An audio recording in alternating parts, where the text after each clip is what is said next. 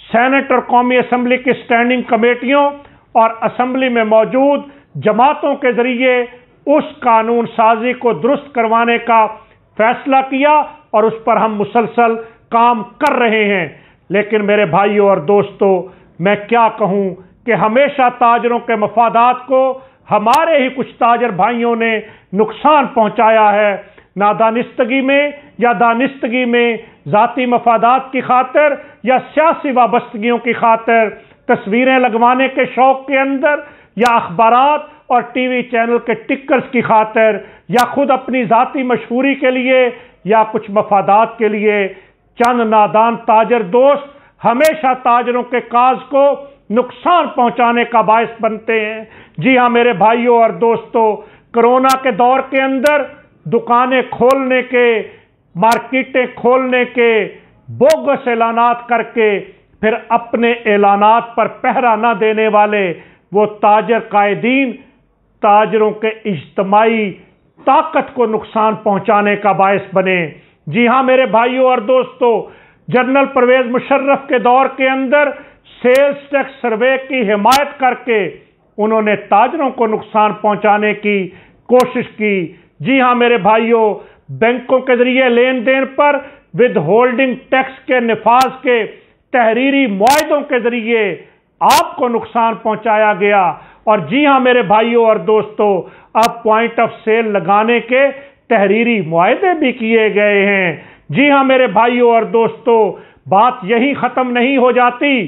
تاجر اپنی قوت سے، اپنی طاقت سے، اپنی اتحاد کے اور یکجہتی کے اظہار سے، اپنے شٹر ڈاؤن کی اس قوت سے، اپنے ملک کے نظام کو مفلوج کرنے کی صلاحیت سے، اپنی جرت، ہمت اور ولولے سے، اور ہزاروں تاجروں کے سڑکوں پر نکل آنے کی طاقت سے وہ حکمرانوں کو گھٹنے ٹیکنے اور آپ کے مسائل کو حل کرنے پر مجبور کرتا ہے۔ لیکن جب کمزور احتجاج کیے جائیں، جب چند لوگوں کے ساتھ دھرنے دیے جائیں، تو پھر میرے بھائیوں اور دوستوں تاجروں کا اجتماعی مفاد نہیں ہوتا۔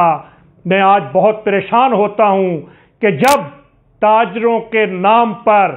بہت کمزور مذاکرات، کمزور احتجاج کر کے تاجروں کی قوت کو نقصان پہنچایا جاتا ہے اور حکومت وقت کے ہاتھ مضبوط کیے جاتے ہیں، اور میں اور آپ تاجروں کی جو اجتماعی مفادات کی جنگ لڑ رہے ہوتے ہیں، جو اداروں سے اپنے مطالبات منوا رہے ہوتے ہیں، جو مثبت سمت میں سفر کر رہے ہوتے ہیں، ان کا سفر کا راستہ کاٹنے اور روکنے کی کوشش کی جاتی ہے۔ لیکن میں یہ بات واضح کرنا چاہتا ہوں کہ پاکستان کا تاجر وہ کبھی بھی اپنے مفادات کا سودا کسی کو نہیں کرنے دے گا۔ میرے بھائیوں اور دوستوں، یہ جو مہنگائی ہے، یہ جو بجلی، پٹرول اور گیس کی قیمتیں ہیں، یہ جو اس وقت ملک کا معاشی نظام ہے، اس کے حوالے سے ہم نے 1 نومبر کو لاہور کے اندر ملک گیر تاجر کنونشن طلب کر لیا ہے۔ لاہور کے اس اجلاس کے اندر ملک بھر کے تمام سٹیک ہولڈر بیٹھ کر مشاورت کے ساتھ انشاءاللہ اگلی حکمت عملی اور لاہ عمل کا اعلان کریں گے۔ اور ہاں، میں یہ بات بھی واضح کرتا چلوں کہ حکمرانوں نے اگر اپنے کیے گئے تحریری اور زبانی معاہدوں پر عمل نہ کیا تو پھر جب ہم احتجاج کی کال دیں گے تو پورے ملک کا، خیبر سے کراچی، گوادر سے چترال، آزاد کشمیر اور گلگت بلتستان کے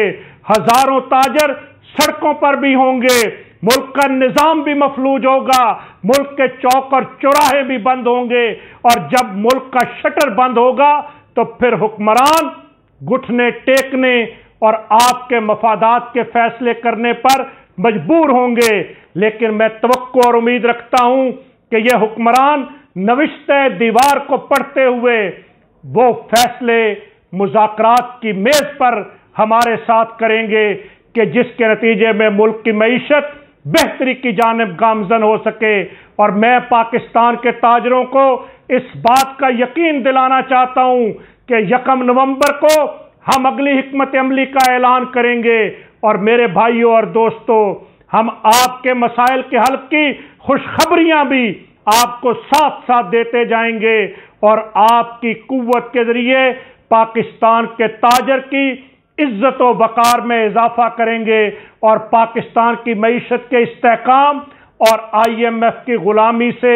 جان چھڑاتے ہوئے پاکستان کو خود انحصاری اور پاکستان کو خود مختاری کی منزل اور ایک خوشحال اور فلاحی پاکستان بنانے کی منزل پر انشاءاللہ لے کر جائیں گے۔